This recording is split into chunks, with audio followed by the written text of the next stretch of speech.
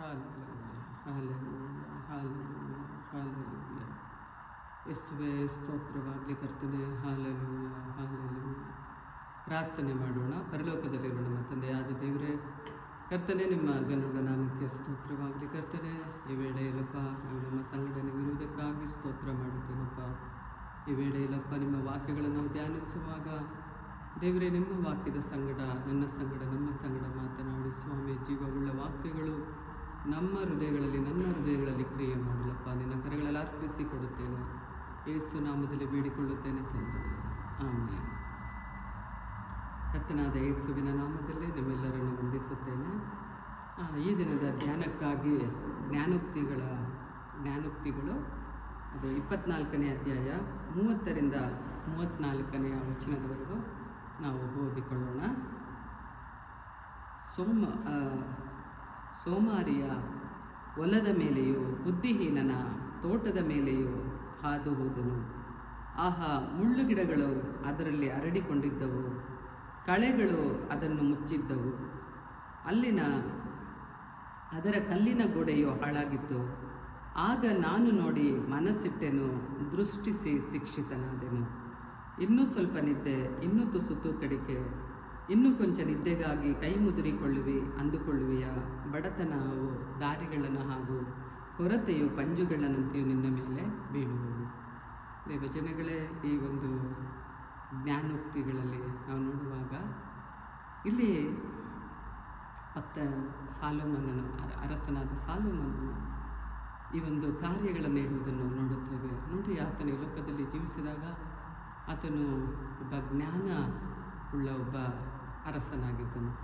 ಆ ಜ್ಞಾನವನ್ನು ಯಾರಿಂದ ಪಡೆದುಕೊಂಡನೆಂದರೆ ಆತನು ದೇವರಿಂದಲೇ ಅದನ್ನು ಕೇಳಿ ಪಡೆದುಕೊಳ್ಳುವುದನ್ನು ನಾವು ನೋಡುತ್ತೇವೆ. ಆ ರೀತಿ ಜ್ಞಾನ ಹೊಂದಿದ ಈತನು ತನ್ನ ಜೀವಿತದಲ್ಲಿ, ನಾವು ಎಷ್ಟೇ ಜ್ಞಾನವಂತರಾಗಿದ್ದರೂ ಸಹ ಕೆಲವು ವೇಳೆಗಳಲ್ಲಿ ಕಷ್ಟ, ನಷ್ಟಗಳು, ಕಣ್ಣೀರುಗಳು ಬರುವುದು ಉಂಟು. ಅವನು ನೋಡಿ, ಅವನ ಜೀವಿತದಲ್ಲಿ ಆ ಅರಸನಾದ ಸಾಲೋಮನನು ಎಲ್ಲಿ ಹೋದನಂತೆ? ಸೋಮಾರಿಯ ಹೊಲದ ಮೇಲೆಯೂ ಬುದ್ಧಿಹೀನನ ತೋಟದ ಮೇಲೆಯೂ ಹಾದು ಹೋದನು. ಅವನು ಸುಮ್ಮನೆ ಅರಸನಾದ ಅಥವಾ ಜ್ಞಾನಿಯಾಗಿ ಸುಮ್ಮನೆ ಇರಲಿಲ್ಲ. ಅವನು ಹೋಗ್ತಾ ಇದ್ದಾನೆ. ಎಲ್ಲಿ ಹೋಗ್ತಾ ಇದ್ದಾನೆ? ಸೋಮಾರಿಯ ಹೊಲದ ಮೇಲೆ. ಹೊಲ ಅಂದರೆ ಗೊತ್ತಿದೆಯಲ್ಲ, ಎಲ್ಲ ಬೆಳೆಗಳನ್ನು ಬೆಳೆಯುವಂಥ ಸ್ಥಳ. ಅಲ್ಲಿ ಹೊಲದಲ್ಲಂತೂ ಅದರಲ್ಲೂ ಎಲ್ಲ ಥರದ ಬೆಳೆಗಳನ್ನು ಬೆಳೀತಾರೆ. ಗದ್ದೆ ಅಂದರೆ ಏನು ಮಾಡ್ತಾರೆ? ಬರೀ ಭತ್ತ ಬೆಳೀತಾರೆ. ಆದರೆ ಇಲ್ಲಿ ನಾವು ನೋಡುವಾಗ ಹೊಲದಲ್ಲಿ ಅನೇಕ ಕಾಯಿ ಪಲ್ಯಗಳನ್ನು ಬೆಳೀತಾರೆ. ಅನೇಕವಾದ ಏನು ಹೇಳ್ತಾರೆ, ರಾಗಿ ಬೆಳೆಯೋದು, ಅನೇಕವಾದ ಎಲ್ಲವನ್ನು ಬೆಳೆಯುವಂಥದ್ದನ್ನು ನಾವು ನೋಡ್ತೇವೆ. ಈತನು ಆ ಹೊಲದ ಮೇಲೆ ಏನು ಮಾಡ್ತಾ ಇದ್ದಾನೆ? ಹಾದು ಹೋಗ್ತಾ ಇದ್ದಾನೆ. ಆನಂತರ ನೋಡ್ತೇವೆ, ಬುದ್ಧಿಹೀನನ ತೋಟದ ಮೇಲೆಯೂ ಆತನು ಹಾದು, ಅಂದರೆ ಹೊಲದ ಮೇಲೂ ಹೋದ. ಬುದ್ಧಿ ಇಲ್ಲದಂಥ ಅಜ್ಞಾನ ಉಳ್ಳ ಒಬ್ಬ ವ್ಯಕ್ತಿಯ ತೋಟದ ಮೇಲೂ ಆತನು ಹಾದು ಹೋಗುವಾಗ ಆತನು ನೋಡ್ತಾ ಇದ್ದಾನೆ. ಏನು ನೋಡ್ತಾ ಇದ್ದಾನೆ? ಮುಳ್ಳು ಗಿಡಗಳು ಅದರಲ್ಲಿ ಹರಡಿಕೊಂಡಿದ್ದವು. ಸೋಮಾರಿಯ ಹೊಲ ಹಾಗೂ ನಾವು ನೋಡ್ತೇವೆ ಬುದ್ಧಿಹೀನನ ತೋಟ. ಇಲ್ಲಿ ಏನು ಬೆಳೆದಿದೆ ಅಂತೆ? ನಾವು ನೋಡುವಾಗ ಹೊಲ ಗದ್ದೆ ಇರೋರು ಹೇಳ್ತಾರೆ, ಕಳೆ ತೆಗಿತೀವಿ ಅಂತ ಹೇಳ್ತಾರೆ. ಇಲ್ಲಿ ತನು ನೋಡುವಾಗ ಆ ರೀತಿ ಕಳೆ ಅಂದರೆ ಮುಳ್ಳು ಗಿಡಗಳೇನಾಗಿದೆ? ಆ ಒಂದು ತೋಟದಲ್ಲಿಯೂ ಹೊಲದಲ್ಲಿಯೂ ಹರಡಿಕೊಂಡಿದ್ದವು, ಕಳೆಗಳು ಅದನ್ನು ಮುಚ್ಚಿದ್ದವು. ಮುಳ್ಳು ಗಿಡಗಳು ಬೇರೆ, ಕಳೆ ಸಣ್ಣ ಸಣ್ಣ ಪುಟ್ಟ ಕಳೆಗಳು ಅಂತಲೂ ಹೇಳ್ತಾರೆ. ಅದು ಸಹ ಏನಾಗಿದೆ ಅಂತ ಇಲ್ಲಿ ಮುಚ್ಚಿದ್ದವು. ಅದರ ಕಲ್ಲಿನ ಗೋಡೆಯು ಹಾಳಾಗಿತ್ತು. ಈ ಒಂದು ತೋಟವನ್ನು, ಹೊಲವನ್ನು ನೋಡಿ ಸಾಲೋಮೋನನು ಏನು ಮಾಡ್ತಾ ಇದ್ದಾನೆ? ಆತನು ಎಷ್ಟು ಬುದ್ಧಿವಂತನಂತ ನೋಡುವಾಗ ದೇವ ಮಕ್ಕಳೇ, ಹೌದು, ಒಬ್ಬ ಸೋಮಾರಿಯ ಜೀವಿತ ಅಥವಾ ಬುದ್ಧಿಹೀನರ ಜೀವಿತಗಳನ್ನು ನೋಡುವಾಗ ಹೀಗೇ ಇರುತ್ತೆ. ಅವರ ಜೀವಿತಗಳಲ್ಲಿ ಸಮಾಧಾನ ಇರಲ್ಲ, ಸಂತೋಷ ಇರಲ್ಲ. ಕಳೆಗಳ ರೀತಿಯಲ್ಲಿ ಕಷ್ಟಗಳು, ನಷ್ಟಗಳು, ಕಣ್ಣೀರುಗಳು, ಹೋರಾಟಗಳು, ಆಶೀರ್ವಾದ ಇಲ್ಲದಂಥ ಜೀವಿತ. ಅವನು ನೋಡಿ ಆ ಒಂದು ಹೊಲಗಳ ಮೇಲೆ ಹಾದು ಹೋಗ್ತಾ ಇದ್ದಾನೆ, ತೋಟಗಳ ಮೇಲೆ ಹಾದು ಹೋಗುವಾಗ ಅವನು ಸುಮ್ಮನೆ ಹೋಗ್ತಿಲ್ಲ, ನೋಡ್ತಾ ಇದ್ದಾನೆ. ಏನು ನೋಡ್ತಾ ಇದ್ದಾನೆ? ಏನಪ್ಪ, ಇಷ್ಟು ಮುಳ್ಳು ಗಿಡಗಳು ಬೆಳೆದಿದೆಯಲ್ಲ, ಕಳೆಗಳು ಬೆಳೆದಿವೆಯಲ್ಲ. ಅದೇನು ಮಾಡಿಬಿಟ್ಟಿತ್ತಂತೆ? ಬೆಳೆ ಬರದಂತೆ ಮುಚ್ಚಿಬಿಟ್ಟಿದ್ವಂತೆ ಆ ಮುಳ್ಳು ಗಿಡಗಳು ಅದು ಕಳೆಗಳು ಆ ಹೊಲವನ್ನು, ತೋಟವನ್ನು ಮುಚ್ಚಿಬಿಟ್ಟಿದ್ದವು ಎಂದು ಆತನು ಹೇಳ್ತಾ ಇದ್ದಾನೆ. ಅದರ ಕಲ್ಲಿನ ಗೋಡೆಯು ಸಹ ಹಾಳಾಗಿತ್ತು. ಅಂದರೆ ಬೇಲಿ ಹಾಕಿರ್ತಾರಲ್ಲ, ಅದು ಸಹ ಹಾಳಾಗಿ ಹೋಗಿತ್ತು ಎಂದು ಆತನು ತಿಳ್ಕೊಂಡು ಅವನು ಸುಮ್ಮನೆ ಹೋಗಲಿಲ್ಲ. ಸುಮ್ಮನೆ ಇಲ್ಲದೆ ಅವನು ಏನು ಮಾಡ್ತಾ ಇದ್ದಾನೆ, ಆಗ ನಾನು ನೋಡಿ ಮನಸ್ಸಿಟ್ಟೆನು, ದೃಷ್ಟಿಸಿ ಶಿಕ್ಷಿತನಾದೆನು. ದೇವಜನಗಳೇ, ಹೌದು, ನಾವು ಅನೇಕರ ಜೀವಿತಗಳನ್ನು ನಾವು ನೋಡ್ತೇವೆ. ಆಶೀರ್ವಾದಕರವಾಗಿ ಬಿಡುಗಡೆ ಉಳ್ಳವರಾಗಿ ಜೀವಿಸುವಂಥ ಅನೇಕರಿರ್ತಾರೆ. ಅದರ ಜೊತೆಗೆ ಈ ಥರ ಸೋಮಾರಿಯಾಗ ತನ್ನ ಜೀವಿತಗಳ ಮಾಡುವಾಗ ಅವರ ಜೀವಿತದ ನಾವು ಕೇಳುವಾಗಲೇ ಅವರ ಸಾಕ್ಷಿ ಕೇಳಿ ನಮ್ಮ ಜೀವಿತಗಳು ಸಹ ಕೆಲವು ವೇಳೆ ನೊಂದು ಹೋಗುವಂಥ ಕಾರ್ಯಗಳಾಗುತ್ತೆ.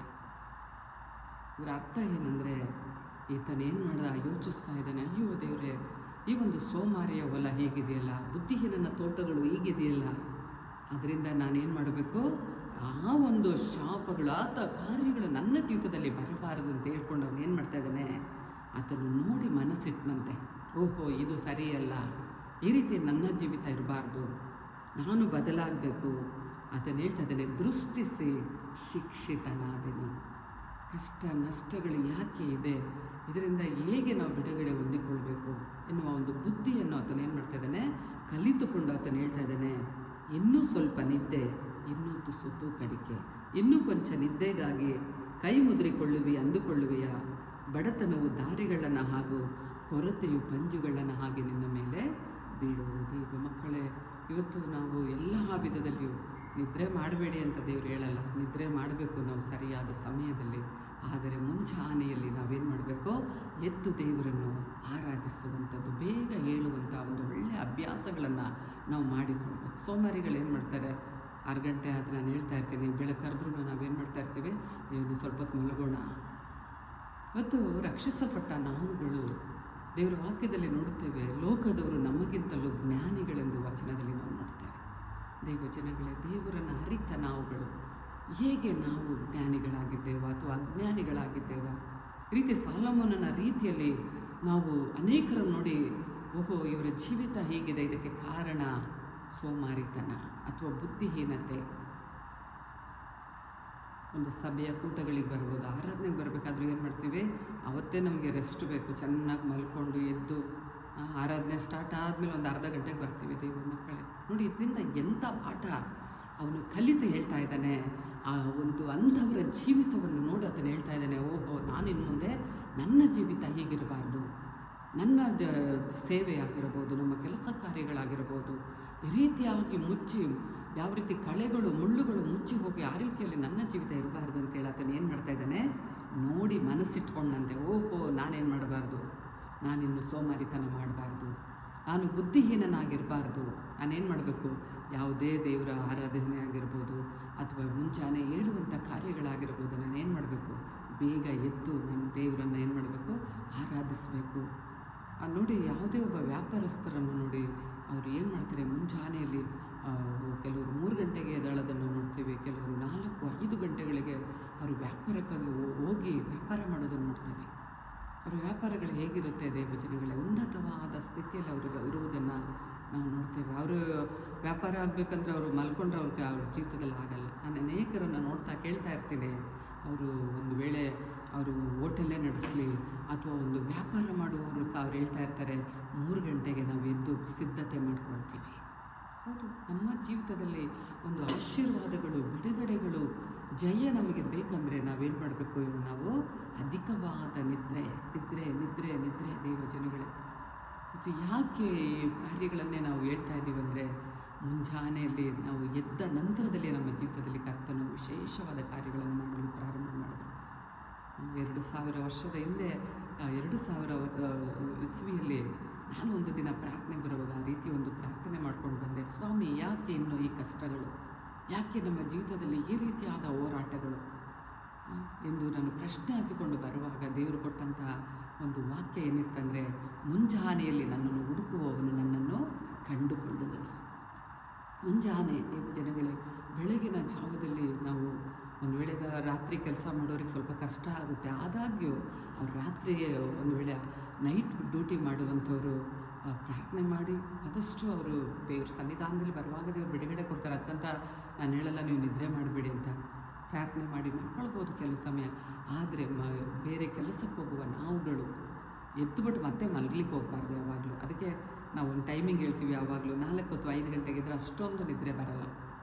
ಆ ಜಾವದ ಪ್ರಾರ್ಥನೆಗಳಲ್ಲಿ ದೇವರು ಏನು ಮಾಡ್ತಾರೆ, ನಮ್ಮ ಜೀವಿತದಲ್ಲಿ ಅದ್ಭುತಗಳನ್ನು ಮಾಡುವ ದೇವರು. ನೋಡಿ, ಒಬ್ಬ ಅರಸನು ಅವನಿಗೊತ್ತು ಈ ರಾಜ್ಯಾಧಿಕಾರವನ್ನು ನಡೆಸಬೇಕಾದ್ರೆ ಏನು ಬೇಕು? ನನ್ನ ಜೀವಿತದಲ್ಲಿ ಸಮೃದ್ಧಿ ಆಶೀರ್ವಾದಗಳು ಬರಬೇಕಂದ್ರೆ ನಾನೇನು ಮಾಡಬಾರ್ದು?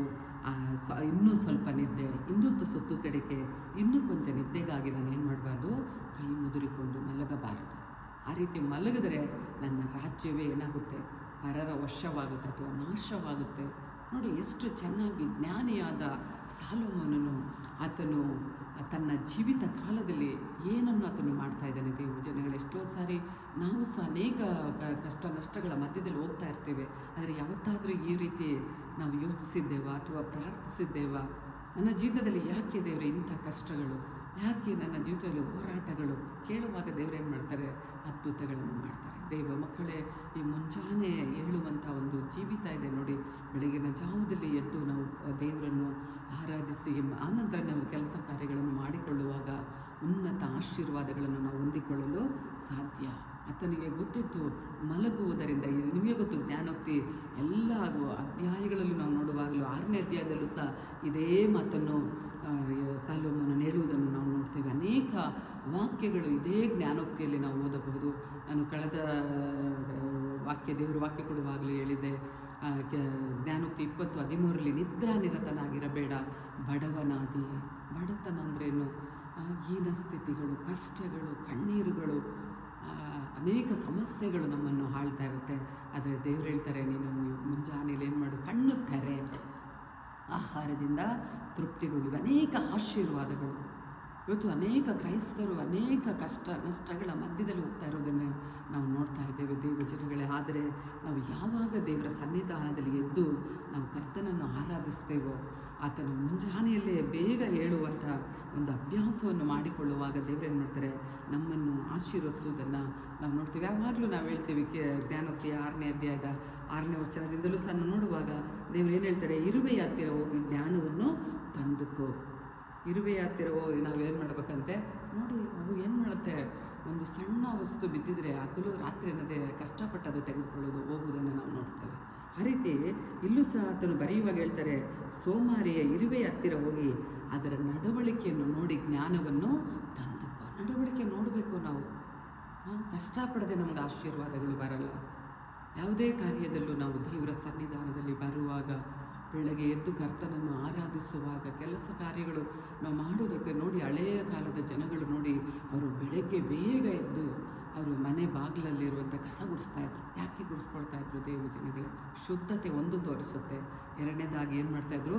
ದರಿದ್ರ ನಮ್ಮ ಮನೆಗೆ ಬರಬಾರ್ದು. ನಮ್ಮ ಜೀವಿತದಲ್ಲಿ ದರಿದ್ರಗಳು, ಕಷ್ಟಗಳು, ಕಣ್ಣೀರುಗಳು ಯಾಕೆ ಬರ್ತಾ ಇದೆ ಅಂದರೆ ನಾವೇನು ಮಾಡ್ತಾಯಿಲ್ಲ? ನಾವು ಮುಂಜಾನೆಯಲ್ಲಿ ಎದ್ದು ಪ್ರಾರ್ಥಿಸ್ತಾ ಇಲ್ಲ. ಯಾಕೆ ಯಾವಾಗಲೂ ಇದೇ ಕಾರ್ಯಗಳನ್ನು ನಾವು ಹೇಳ್ತೀವಿ ಅಂತ ನೀವು ತಿಳ್ಕೊಳ್ಬೋದು. ನಾವು ಎದ್ದ ನಂತರದಲ್ಲಿಯೇ ಕರ್ತನು ನನ್ನ ಜೀವಿತದಲ್ಲಿಯೂ ನನ್ನ ಕುಟುಂಬದಲ್ಲಿಯೂ ಸೇವೆಗಳಲ್ಲಿಯೂ ದೇವರು ಉನ್ನತ ಕಾರ್ಯಗಳನ್ನು ಮಾಡುವುದನ್ನು ನಾನು ನೋಡ್ತಾ ಇದ್ದೆ. ಈಗಲೂ ಸಹ ನಾವು ಒಂದು ದಿನ ತಪ್ಪಿಸಿಕೊಳ್ಳೋದಕ್ಕೆ ಒಂದು ವೇಳೆ ತಪ್ಪಿಸಿಕೊಂಡ್ರೂ ಸಹ ಮತ್ತೆ ಏನು ಮಾಡ್ತೀವಿ? ಮತ್ತೆ ನಾವಿದ್ದು ಆರಾಧಿಸಬೇಕು. ಇಲ್ಲಿ ನೋಡ್ತೇವೆ. ಆದರೆ ಅದಕ್ಕೆ 7ನೇ ವಚನದಲ್ಲಿ, ಅದಕ್ಕೆ ನಾಯಕ, ಅಧಿಕಾರಿ, ಪ್ರಭುಗಳಿಲ್ಲದಿದ್ದರೂ ಸುಗ್ಗಿಯಲ್ಲಿ ತನ್ನ ತೀನಿಯನ್ನು ಕೂಡಿಸಿಡುವುದು. ಸುಗ್ಗಿ ಕಾಲದಲ್ಲಿ ಬರಬೇಕಾದಂಥ ಆಶೀರ್ವಾದಗಳನ್ನು ಅದನ್ನೇನು ಮಾಡ್ತಾ ಇದೆ? ಕೂಡಿಸಿಟ್ಕೊಳ್ಳುತ್ತೆ. ಮಳೆ ಬಂದರೆ ಅದಕ್ಕೆ ಕೂಡಿಸ್ಕೊಳ್ಳಿಕ್ಕಾಗಲ್ಲ. ಅಂದರೆ ಸುಗ್ಗಿ ಅಂದರೆ ಏನು ಹೇಳಲ್ಪಟ್ಟಿದೆ? ಅನೇಕರು ನೋಡಿ, ಬೆಳೆಗಳನ್ನು ಬೆಳೆದ ನಂತರ ಸುಗ್ಗಿ ಅಂತೇಳಿ ರಾಶಿ ಹಾಕಿಕೊಂಡು ಅದನ್ನು ಅವರು ಏನು ಮಾಡ್ತಾರೆ? ಅನೇಕ ಹಬ್ಬದ ರೀತಿಯಲ್ಲಿ ಆಚರಿಸೋದನ್ನು ನೋಡ್ತೇವೆ. ಯಾವ ರೀತಿ ಈ ಇರುವೆ ಕೂಡಿಸಿಟ್ಟುಕೊಳ್ಳುತ್ತದೋ ಆ ರೀತಿಯಲ್ಲಿ ನಮ್ಮ ಜೀವಿತಗಳಲ್ಲಿ ಸಹ ಆಶೀರ್ವಾದಗಳು ಬರದಂತೆ ತಡೆ ಮಾಡುವ ಎಲ್ಲ ತಡೆಗಳನ್ನು ತೆಗೆದುಹಾಕಿ ಮುಂಜಾನೆಯಲ್ಲಿ ಹೇಳುವಾಗ ದೇವರ ಆಶೀರ್ವಾದಗಳು ನಮ್ಮನ್ನು ಆವರಿಸಿಕೊಳ್ಳಲು ಸಾಧ್ಯ. ಅದಲ್ಲೇ ಇಲ್ಲಿ ಹೇಳ್ತಾ ಇದ್ದಾನೆ, ಆತನು ಹೇಳ್ತಾ ಇದ್ದಾನೆ 9ನೇ ವಚನ 10ನೇ ವಚನದಲ್ಲಿ ಇದೇ ಮಾತು. ಸೋಮಾರಿಯ ಎಷ್ಟು ಹೊತ್ತು ನಿದ್ದೆಯಿಂದ ಯಾವಾಗ ಎಚ್ಚರಗೊಳ್ಳುವಿ? ಇನ್ನೂ ಸ್ವಲ್ಪ ನಿದ್ದೆ, ಇನ್ನೂ ತುಸು ತೂಕಡಿಕೆ, ಇನ್ನೂ ಕೊಂಚ ನಿದ್ದೆಗಾಗಿ ಕೈ ಮುದ್ರಿಕೊಳ್ಳುವಿ ಅಂದುಕೊಳ್ಳುವೆಯ? ಬಡತನವು ದಾರಿಗಳನ್ನು ಹಾಗೂ ಕೊರತೆಯು ಅಂಜುಗಳನ್ನು ಹಾಗೆ ನನ್ನ ಮೇಲೆ ಬೀಳು. ಯಾರೆಲ್ಲ ನಾವು ಬೆಳಗಿನ ಜಾವದಲ್ಲಿ ಹೇಳ್ತೇವೋ, ಅನೇಕ ಕಾರ್ಯಗಳುಂಟು ದೇವರ ವಾಕ್ಯದಲ್ಲಿ. ದೇವ ಜನಗಳೇ, ನಾವು ಮುಂಜಾನೆಯಲ್ಲಿ ಹೇಳುವಾಗಲೇ ನಮಗೆ ಬೇಕಾದಂಥ ಆರೋಗ್ಯ ಆಗಿರಬಹುದು, ಬಲವಾಗಿರಬಹುದು, ಕೃಪೆಯಾಗಿರಬಹುದು, ಸಮಾಧಾನಗಳಾಗಿರಬಹುದು. ನೋಡಿ, ಎಷ್ಟೋ ಕುಟುಂಬಗಳು ಮುರಿದು ಹೋಗುತ್ತೆ. ಕಾರಣ ಏನಂದರೆ ಬೆಳಗ್ಗೆ ಹೇಳಲ್ಲ. ಹೇಳಬೇಕು ನಾವು. ನೆವಗಳನ್ನು ಹೇಳ್ಕೊಂಡು ಏನು ಮಾಡ್ತೀವಿ, ಮಲ್ಕೊಂಡ್ಬಿಡ್ತೀವಿ, ಹುಷಾರಿಲ್ಲ, ರಾತ್ರಿ ನಿದ್ರೆ ಇರಲಿಲ್ಲ. ಆದರೆ ಎದ್ದು ಎದ್ದು ನೀವು ಪ್ರಾರ್ಥಿಸಿ ನೋಡಿ, ಎಲ್ಲ ಸಮಸ್ಯೆಗಳನ್ನು ದೇವ್ರು ಏನು ಮಾಡ್ತಾರೆ, ತೆಗೆದಾಕ್ತಾರೆ. ಅರಸನಾದ ಸಾಲೊಮೋನನು ದೇವರಿಂದ ಅವನೇನು ಕೇಳ್ಕೊಂಡ, ಜ್ಞಾನವನ್ನು ಕೇಳ್ಕೊಂಡ. ನಮಗೆ ಗೊತ್ತು, ಎಲ್ಲರಿಗೂ ಗೊತ್ತಿದೆ, ದೇವರು ನಿನಗೆ ಯಾವ ವರ ಬೇಕೆಂದು ಕೇಳುವಾಗ ಅದನ್ನು ಕೇಳಿಕೊಂಡದ್ದು ಜ್ಞಾನ.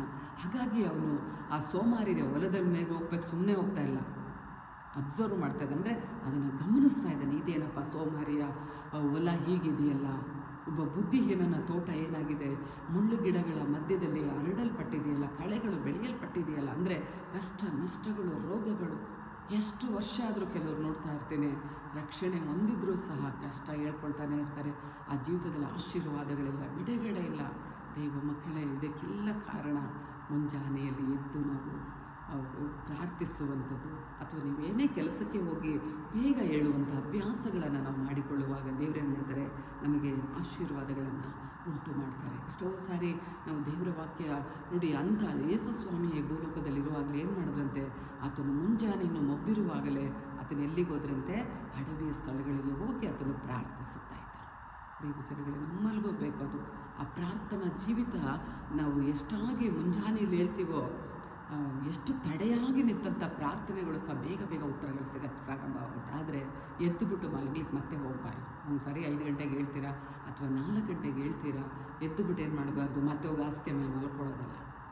ಎದ್ದು ನಾವು ದೇವರನ್ನು ಆರಾಧಿಸಬೇಕು. ಆಗ ನಾವೇನು ಮಾಡ್ತೀವಿ, ನಮಗೆ ಬೇಕಾದ ದೇವರು ದೈವಿಕ ಜ್ಞಾನವನ್ನು, ವಿವೇಕವನ್ನು, ಕೃಪೆಯನ್ನು, ಬಲವನ್ನು ಎಲ್ಲವನ್ನು ಕೊಡಲು ಶಕ್ತನಾದ ದೇವರು. ಅದು ಮಾತ್ರವಲ್ಲ, ನಾವು ಮಾಡುವ ಕೆಲಸ ಕಾರ್ಯಗಳಲ್ಲೂ ಸಹ ಕರ್ತನು ನಮಗೆ ಸಹಾಯಕನಾಗಿದ್ದು ನಡೆಸುವ ದೇವರು ಆತನಾಗಿದ್ದಾರೆ. ಈ ಒಂದು ರಾತ್ರಿ ವೇಳೆಯಲ್ಲಿ ನಮ್ಮನ್ನು ನಾವು ಅರ್ಪಿಸಿಕೊಡೋಣ. ಹೌದು ದೇವರೇ, ನನ್ನ ಜೀವಿತದಲ್ಲಿ ಬರುವ ಕಷ್ಟಗಳಿಗೆ ನಾನು ಈವರೆಗೂ ಏನು ಮಾಡ್ತಾಯಿಲ್ಲ, ಪ್ರಾರ್ಥಿಸ್ತಾರೆ. ಯಾಕೆ ನನ್ನ ಜೀವಿತದಲ್ಲಿ ಇಂಥ ಕಷ್ಟಗಳು, ಯಾಕೆ ವೇದನೆಗಳು, ಅಥವಾ ಬೇರೆಯವರ ಜೀವಿತ ನೋಡುವಾಗ ಅಯ್ಯೋ ದೇವರೇ, ಅವರ ಜೀವಿತ ಹೀಗಿದೆಯಲ್ಲ.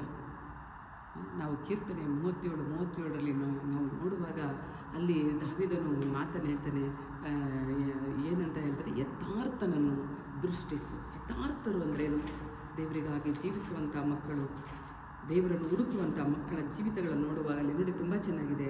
ಎಷ್ಟು ಚೆನ್ನಾಗಿ ಇಲ್ಲಿ ಹೇಳಲ್ಪಟ್ಟಿದೆ ಅಂದರೆ, ಕೀರ್ತನೆ 37 ಒಳ್ಳೆ ನಡತೆ ಉಳ್ಳವನನ್ನು ನೋಡು, ಯಥಾರ್ಥನನ್ನು ಲಕ್ಷಿಸು, ಶಾಂತನಿಗೆ ಸಂತಾನ ವೃದ್ಧಿಯಾಗುವುದು. ಒಳ್ಳೆ ನಡತೆ, ಆಶೀರ್ವದಿಸಲ್ಪಟ್ಟವರು, ಆತ್ಮೀಕವಾಗಿ ಬೆಳೆದಂಥವ್ರು ನಾವು ನೋಡುವಾಗ ನಾವು ಸಹ ಆತ್ಮೀಕವಾಗಿ ಬೆಳಿತೇವೆ.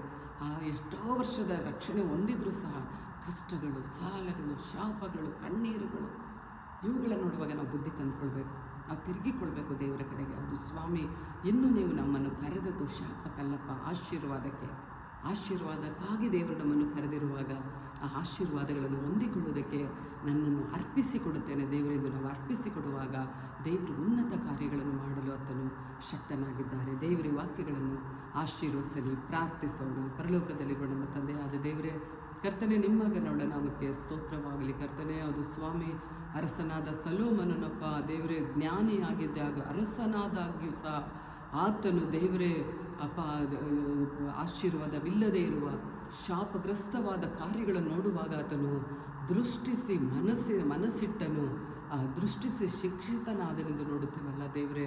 ಹೌದು ಸ್ವಾಮಿ, ಅನೇಕ ಶಾಪ ಕಾರ್ಯಗಳನ್ನು ನೋಡುವಾಗ ನಾವು ಸಹ ಬುದ್ಧಿ ಕಲಿತುಕೊಳ್ಳುವಂತೆ, ಅನೇಕರಿಗೆ ನಾವು ಕರ್ತನೆ ಒಳ್ಳೆಯದನ್ನು ಹೇಳಿಕೊಡುವರಾಗುವಂತೆ, ಹೌದು ಸ್ವಾಮಿ, ನಾವು ನಮ್ಮ ಒಂದು ಜೀವಿತಗಳಲ್ಲಿ ಮುಳ್ಳು ಗಿಡಗಳು, ಕಳೆಗಳು ಬೆಳೆಯುವುದಕ್ಕೆ ನಾವು ಬಿಡದೆ, ಶಾಪಗಳು ಆವರಿಸಿಕೊಳ್ಳದ ರೀತಿಯಲ್ಲಪ್ಪ ದೇವರೇ, ನಾವು ಅವುಗಳಿಂದ ಬಿಡುಗಡೆ ಹೊರ ಬರುವುದಕ್ಕೆ ಸ್ವಾಮಿ ಕರ್ತನೆ ನಾವು ಸಹ ದೃಷ್ಟಿ ಇಟ್ಟು ದೇವರ ವಾಕ್ಯಕ್ಕೆ ವಿಧೇಯರಾಗುವಂತೆ, ನೀವು ಹೇಳುವ ವಾಕ್ಯಗಳಿಗೆ ನಾವು ವಿಧೇಯರಾಗಿ ಬರುವಾಗ ಕರ್ತನೆ, ನಮಗೆ ನಮ್ಮ ಜೀವಿತದಲ್ಲಿ ಸಹ ಉನ್ನತ ಕಾರ್ಯಗಳನ್ನು ಮಾಡುವ ದೇವರು ನೀನಪ್ಪ.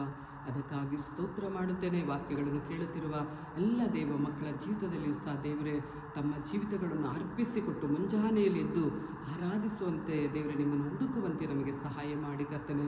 ಇರುವ ಎಲ್ಲ ಕಳೆಗಳು ಅಪ್ಪ, ಎಲ್ಲ ದೇವರೇ ಮುಳ್ಳುಗಳು ನಮ್ಮ ಜೀವಿತದಿಂದ ಬಿಟ್ಟು ಹೋಗಲಿ. ಯೇಸುವಿನ ನಾಮದಲ್ಲಿ ಜಯ ಹೊಂದಿಕೊಂಡು ಜೀವಿಸುವಂತೆ ಸಹಾಯ ಮಾಡಿ ಆಶೀರ್ವದಿಸಿ ನಿಮ್ಮ ಕರೆಗಳಲ್ಲಿ ಅರ್ಪಿಸಿಕೊಳ್ಳುತ್ತೇನೆ. ಯೇಸು ಕ್ರಿಸ್ತನ ಅಮೂಲ್ಯ ನಾಮದಲ್ಲಿ ಬೇಡಿಕೊಳ್ಳುತ್ತೇನೆ ತಂದೆ.